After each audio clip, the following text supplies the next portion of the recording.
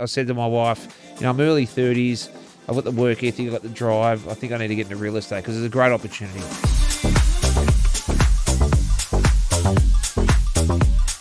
Welcome back to another episode, Season 5 Relentless, Life on Your Terms. I have a great guest with us, the #1 real estate business award winner from Victoria and #6 in Australia. Matthew, thanks for being on the show, mate. Thank you so much for having us, and great to have you here in our Kaye Burton offices. Now, obviously, we'll start there. To be able to list 170 pieces and to sell 370 million worth of real estate in 1 year is a massive effort. Tell us about that. Thank you. Yeah, look, it's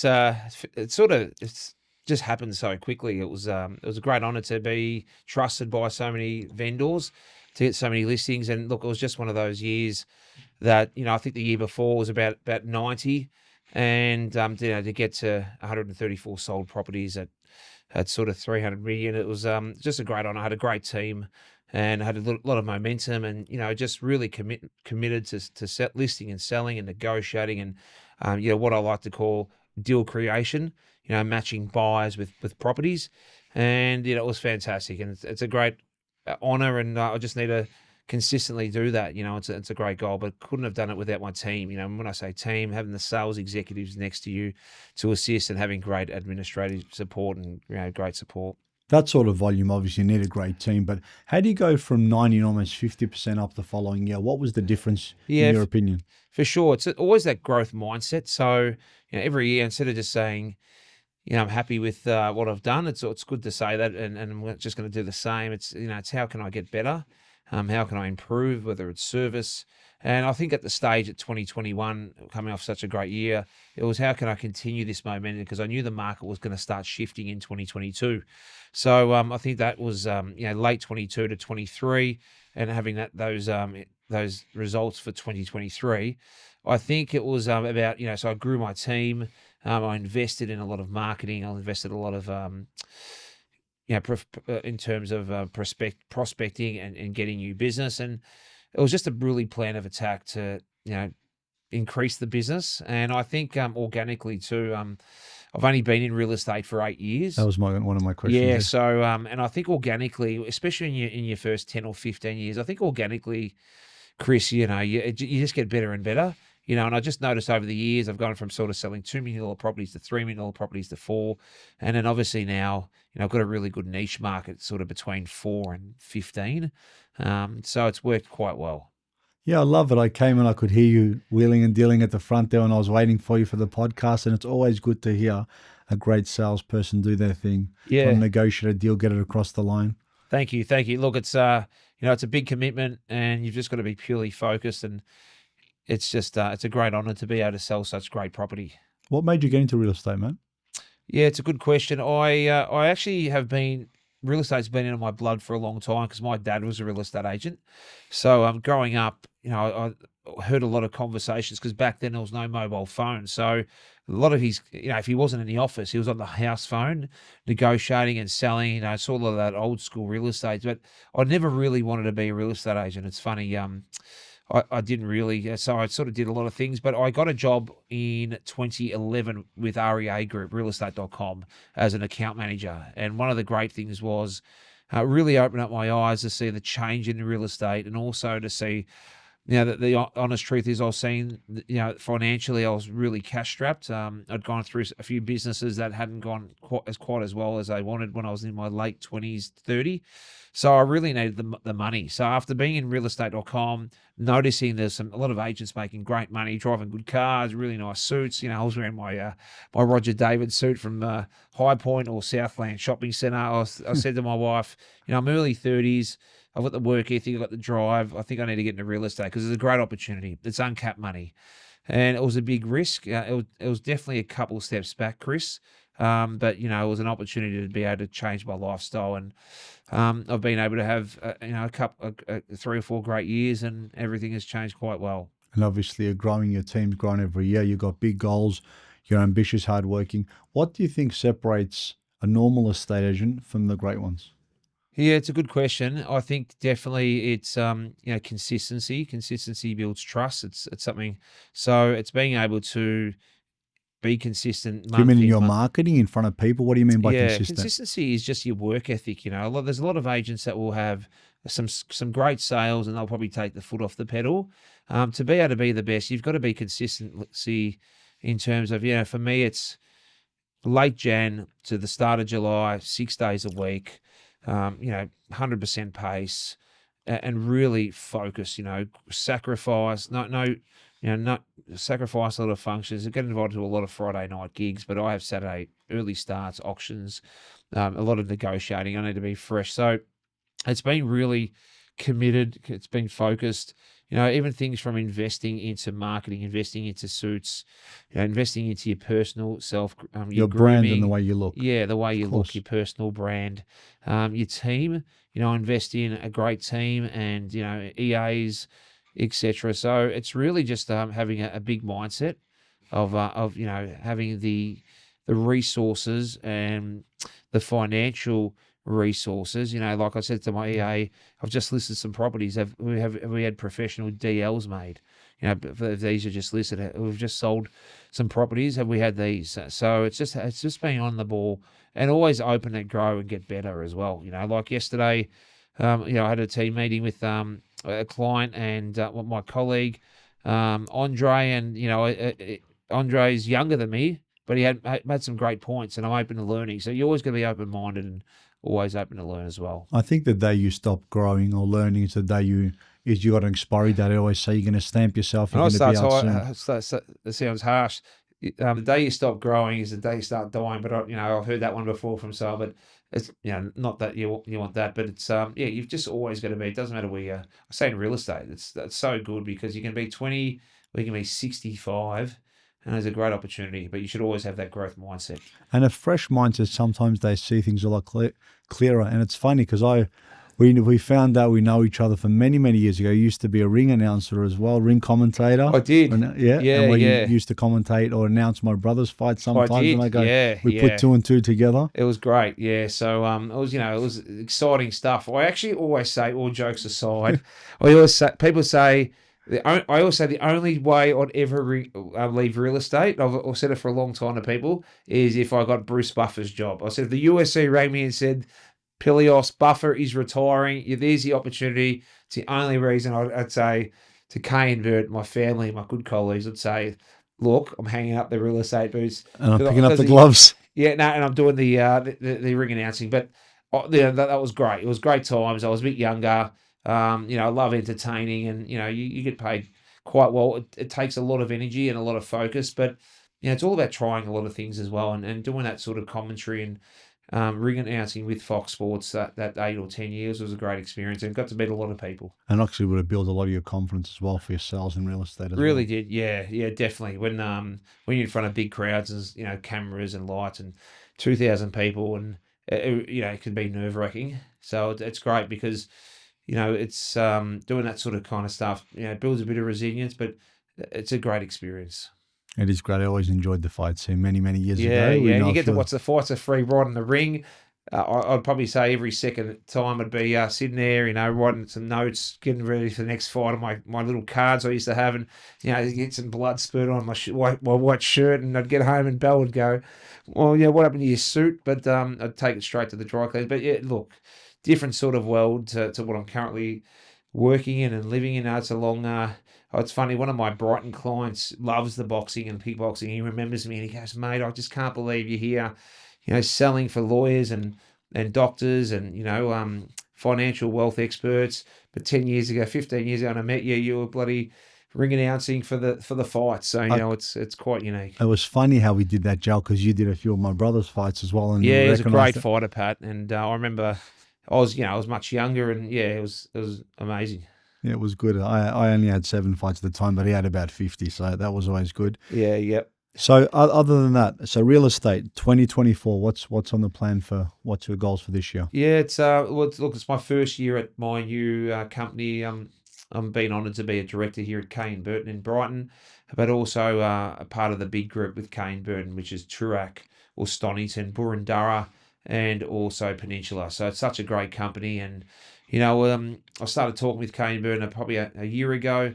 And obviously I was a director at Marshall White, but obviously, I was always committed to there. But certain things change, and in the end, I've ended up here when I was approached by an old friend, Nathan Jones, the CEO, is a great man. So, look, a big couple of years here. We've got a great office here, we've got an amazing team.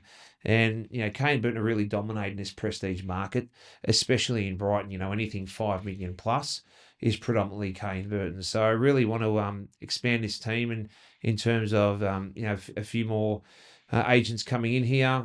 We've had some great recruits since I've come already, and I've got a couple of good ones to come, which is exciting. And, I just want to have a great 10, 15 years growing this business, and obviously, having great success in selling and buying for a lot of our clients here. Now, you're also a very, very good auctioneer. Now, you specialise around, you said 4 to 15 million is kind of your niche. Can you tell us a few of the listings you've got going at the moment? Yeah, look, I've just listed one in on the Esplanade, so that's opposite the water, very close to the beach boxes. It hasn't been announced yet, but it's just about to in a couple of weeks. But it's going to be about 24 to 27 million on over 1,500 square meters. It's over 120 square meter brand new home with the front, which is a Victorian, fully restored, and that house is on the highest point of the Brighton Golden Mile, Chris. So basically, it sits elevated about 15 metres from the road. So basically, when you get to the front yard, you actually can sort of see the city quite well, and you can see a lot of the the Williamstown, and even you look to the left, the Portsea. So that's one of them. I've got one coming. I've got currently one on the market in the Golden Mile. It's had a lot of media exposures, owned by Zana Parley and John Romano. They're a very highly connected couple, and that's sort of around that 11 million zone. It's a beautiful house with a nightclub downstairs. You've probably seen it on the... No, I bought his car. Did you? You bought one of his cars? Many years ago, he came. No, I bought a Panamera. Many years ago, he came to my house. I was living at St Kilda Road at the time. Yep. You walked in, and I don't watch much TV at all, right? But my I think they did a ex-wife used to stint watch on it, and they My were on Kitchen Rules. My Yeah, Kitchen Rules. correct. And I walked past, and I might have watched half an episode, and I saw them, and he's walked into my apartment. I'm very quick to make a decision. I jumped in the Panamera. I went literally 1 minute up the road, 1 minute back. He goes, yep, I'll take it. Did the deal within about 5 minutes flat, and I go, where do I know you from? Because I know a few people, been in real estate for almost 25 years. He's looking at me, I'm looking at him, I go, I can't put my finger on it. And then my ex-wife goes, that's from My Kitchen, whatever it is, My Kitchen Rules or whatever it is. And then that's where we put two and two together. There you go. And they've been really good friends of mine and very loyal clients. This is the third property I've sold for them. And it's a beautiful house. I've got that one currently. I've got one I've just listed in Butler Street, Brighton. Norwood Constructions have done an amazing job. That's asking 10.5 million. Beautiful house with a basement, a lot of concrete. Sort of got a bit of a mid-century feel as well. So for a new house, he's put a bit of timber out there. So excited with that one. And obviously, he's got some great listings on the books. So very, very lucky. It's good to get the repeat clients back that trust you and that they know that you're going to deliver a great service and also a great price. Yeah, got some amazing guys like First Avenue Homes, Anthony, and the Mancini Made Boys, and the Vic Invest Build. These guys do multiple town residences, multiple homes, and I've been really privileged to work with so many great people, and a lot of the developers are really amazing, as are the mum and dad sellers. Of course. Now, one thing that I asked you as a favour, which you jumped and said yes straight away, is we were involved in building a home which we're donating to St Vincent de Paul's, which is in Mountain Need. Yep. We're hoping to get $1 million, and I asked if you would be kind enough to auction it, which you said 100% you would. Make it a great auction for you, mate. I cannot wait to raise as much money for the homeless people in the St Vincent's. And so we're hoping around about October, September, so there'll be a lot of media leading up to that. We're trying to get that seven figure mark, $1 million for it, and it's going for a great cause. And I can't tell you how happy I was when we're having that chat, and I looked you up and I go, oh my God, I didn't, because I knew you from before. And they go, he's actually a gun real estate. I go, really? Went home, I researched. I go, Matty is an absolute gun. I was so happy and honored that you said, yep, I'll list it for you. I'm actually an auctioneer. And I thought, what are the odds that I haven't spoken to this guy for years, and actually an auctioneer, but not only an auctioneer, but the best agent in Victoria. So absolutely honored. Very, very happy that you can do that honor for us. Mate, it's good to eat some food there. It reminds me of, I tell you what my other favourite podcast has been lately is the Sushi Mango Boys. Joe, Carlo and Andrew Manfrey. Three guys who were just normal, great guys from Bentley, Oakley, started on their phones, and mate, they're probably the three best comedians now in the I've world. heard a lot of them. Yep. I've heard a lot about them. I've seen quite a bit about it. Yep. They're popping up everywhere now. Yeah, It's good to just see their local guys do podcasts well. are amazing. You just have a laugh, and it's so funny. But yeah, they eat in their podcast sometimes as well. So it just remind me of the Sushi Mango boys. Who is the also the UFC guy that does the trucks, the food trucks? Wasn't Holloway? He does interviews. They're having feeds them pasta. Alex Volkanovski, you mean? He does a cooking stuff. Yeah, so he he's does. cooking. Yeah. But there's one specific UFC. They do like they take a food truck, and they're interviewing and talking. Surely you know who it is. Yeah, I know. I don't actually. It's actually Too much. And he asks them what food, and he brings different little, those little food trucks, and interviews the fighters and talks to them. He gives them spicy food, hot pasta. Yeah, you asked me before who I'd love to meet as well, have dinner with. It'd be funny to have some dinner with Hezbollah, because what a unbelievable. He's probably been forgotten the last 6 months since Taylor Swift's hit the scene. But God, if there's ever been someone who burst onto the scene, is that insane or what? It's that Hezbollah from 2021 to 2023. I've just never seen someone, obviously a unique. Young guy at 21, but the popularity of him is phenomenal. He's everywhere. Yeah, quite funny. Even the UFC, Dana calls him back. He calls him, gives him tickets. Yeah, Abu Dhabi. Shows up everywhere. Yeah, it's amazing. He's actually a very, very religious guy. He wouldn't take photos with females. I heard when he came down. Really? He's Yeah. religious. Yeah, there you go. And he's a young guy, but it's quite amazing and very entertaining as well. There was a funny one with him and Mike Tyson. Yes. So he did something. He gave him a couple. Thing, Yeah. And then Mike Tyson thought it was a baby. Goes, stop. He goes, he's like he's a grown man. Yeah, because Mike Tyson apparently grabbed him and he was kissing him like a little baby. Yeah. He ragdolled him, yeah. And there was another one with Shaq. Shaq walks into like a yacht. Yeah. He looks under and has bullets in there. Goes, hit me. He goes, he couldn't hit him. Yeah, that's right. Because you love Shaq so much. That's right. Yeah, that's great. So, who was your favourite fighter, Matty? You used to call. You've seen a lot of great fighters. Who would be your favourite? The UFC fighter, definitely George St. Pierre. I just thought he was a true martial artist. He was never the biggest. And, he just was such a great fighter, very spiritual, a great role model. Probably the most all-round fighter. He was, yeah. I think it would have been great to see him and Khabib Nurmagomedov have a fight. It would have been a phenomenal fight. Who do you think? I think George St. Pierre would have beaten him because purely his stand-up was too good, and I reckon he would have been able to stop the takedowns. It would have been very close, though. And Khabib, very hard to beat those sort of fighters.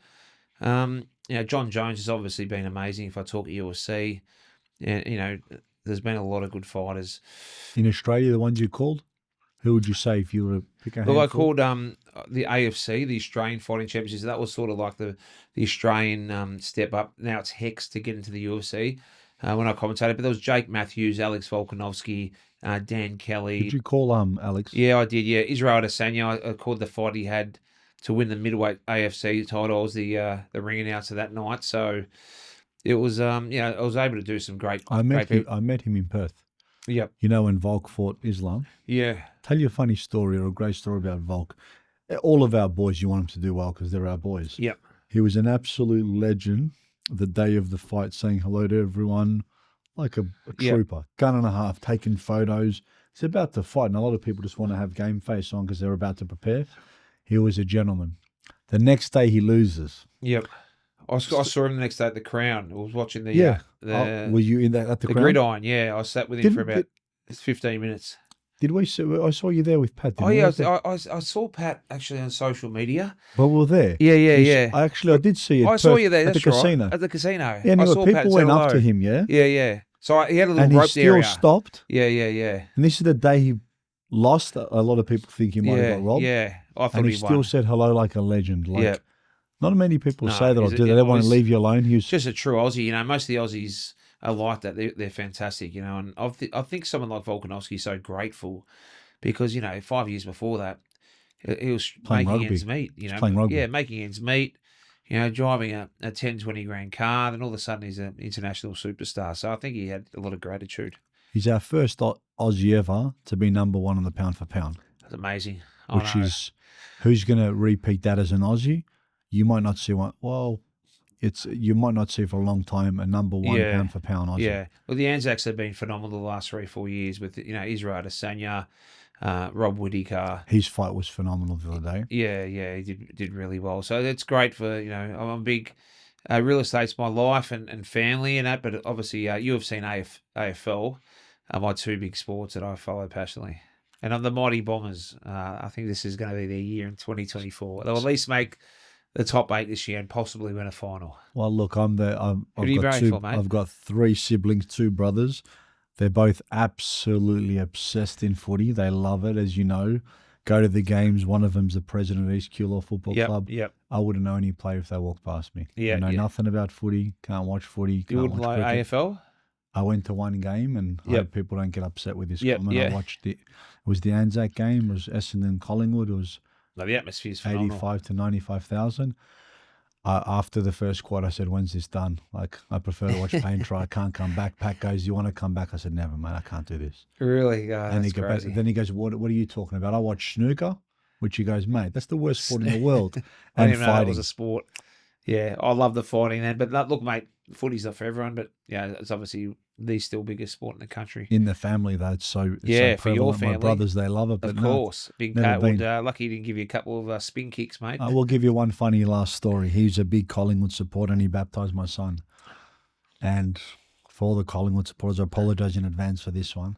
But I'm a shit stirrer. I love it. It's in my core. So he bought my son a Collingwood jersey. That's when Brisbane Lions beat him. Oh, yeah, My back in brother was living in 2003. Calba at the time. Yep. And I remember I grabbed the top, I put a sticky note on the top and I put it in front of his door and said, "Next time, give my son winning colours."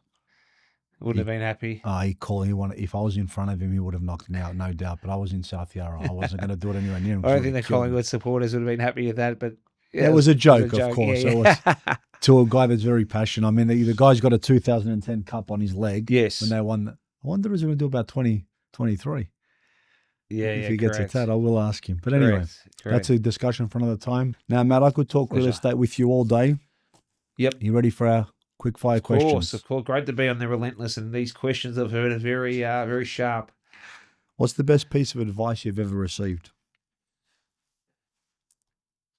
It's basic, but respect your elders always, despite the circumstances. For example, if someone cuts you off and it's a 70-year-old person or 60-year-old person, just always have respect and good manners for your elders. So don't cut them back off. Yeah, don't do that. All right, for cool. sure. Early bird or night owl? Early bird. It's funny. Before real estate, night owl. Since real estate, early bird. It kind of changes, doesn't it? Does 100%. Favorite book or podcast recommendation that you've read or seen? Look, I listen to a lot of Ryan Holiday's podcasts. He's got a great book as well. Yeah, he's got a great book. Yeah. Chris Helder's books are quite good.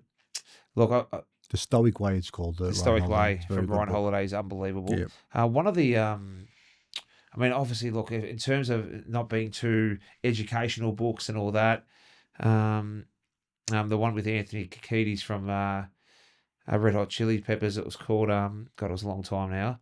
It was quite good. And Chandra, the Indian movie that was that came out with Charlie Boone, a couple of good actors, is a very good book and based in Mumbai about a Aussie that goes to India, and it becomes very popular in terms of the all the organisations there. There's a really good movie of it. So Shangri-La, it's called. One word to describe your leadership style?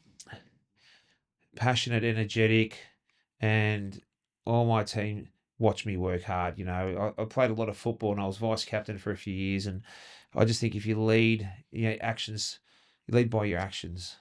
So yeah. Now I don't really hear what people say anymore. I watch what they do. Yeah. It's always a better indicator, I feel. 100%.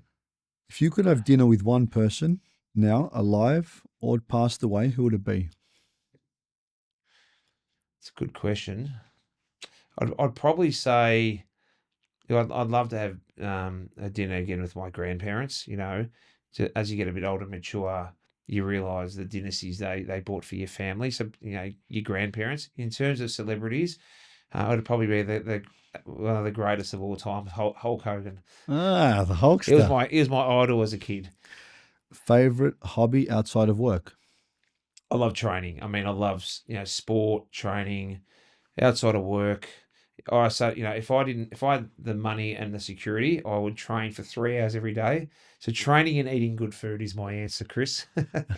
Okay. Favorite quote? Consistency builds trust. That's true. Dogs or cats? It used to be cats, but French bulldogs. Favorite food indulgence? Look, I've just got a weakness for really good quality build beef grilled burgers. Oh, it's bad. I know. I've got I to lose love some it though weight. too. If you could visit any place in the world right now, where would you visit?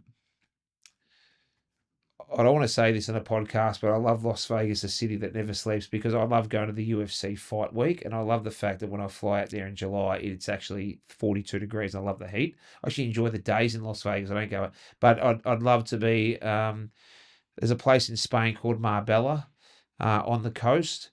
Is a place I want to be, and obviously, the Greek islands is probably the other one. Last I gave time you 3 answers. My you did. apologies. It's okay. I was in Vegas last for the fight when Conor fought Mayweather. That's how long ago. That would have been amazing. I think it was 40,000 a seat. What did it cost you? I got them for free. I got 3 seats for free. You're kidding. Well Yeah. done. Wish I knew you then. I would have asked you to. I was through punting. They gave me 3 Yep. seats, pretty close as well. I was Wow. lucky. What's something you're grateful for today? Obviously, your family's something that's you hold in the highest For regard. sure. Just health. Having, like just when I'm hearing, I've just had a family friend just say that his son-in-law's got 3 to 6 months to live. I've got another friend who's in real estate. He's a great guy, and his son died of cancer when he was 10. So it's just anytime there's stresses or things, I just think, God, there's It's so not many that bad, people. really, It's is not it? that bad, Yeah. and so and just being in such a safe environment in this country. What's the last movie you watched? Last movie, it was in a theater. I was at Top Gun because everyone was going there, but I wasn't a big fan. But I reckon it's called Rise of the Foot Soldier. It's actually on Apple TV. It's basically based on it's a sort of like an English in Essex in England. It's sort of like a gangster movie there, but it's based on a true story. Yeah. If someone was to play you in a movie, who would cast the actor to play Matt Pillios? That's a good question. Obviously, that would be great, but not hope that happens one day. But I don't think it would happen. It would probably be. It's a good question. I'll just say DiCaprio. There you go. There you go. Same hairstyle. What skill do you wish you had? Look, when I played football, I wish I had great foot skills because I had really good physical attributes, strong and fast and could run, but I just had average skills. I think I'd love to have really good handyman skills in terms I'm just one of the worst tradesmen, so I can't even pick up a screwdriver, fix a door, fix this. I'm just hopeless. I'm exactly the same. Yeah, so I sort of wish I could be a bit more beneficial around the house for my wife, and when she needs something fixed, I'm bringing air. I can lift stuff. Like I was a great labourer, but just when it comes to technical stuff, that sort of stuff. As long as you can call an air task and get it done efficiently, that's Yeah, what I do. correct. It's That's the what I same say. thing. Oh, I've just paid for it and called it, but she'll give me a spray and say, like, but it's hard to be good at all that stuff. You can't be good at everything, mate. Number one agent, I think you're doing pretty well. On a scale of 1 to 10, Mr. Matthew Pillios, how much have you enjoyed being on the podcast? It's been amazing. Definitely, especially that you've got the fresh Dudamar and bread. It's got to be a genuine 8.5 out of 10. Thank you very much. It's a pleasure. Looking forward to the auction. Remember, if you like our content, like, subscribe, and share for more Relentless Life on Your Terms. Thank you. Thank you so much for having us, mate. Thank you, mate. You're a legend, mate.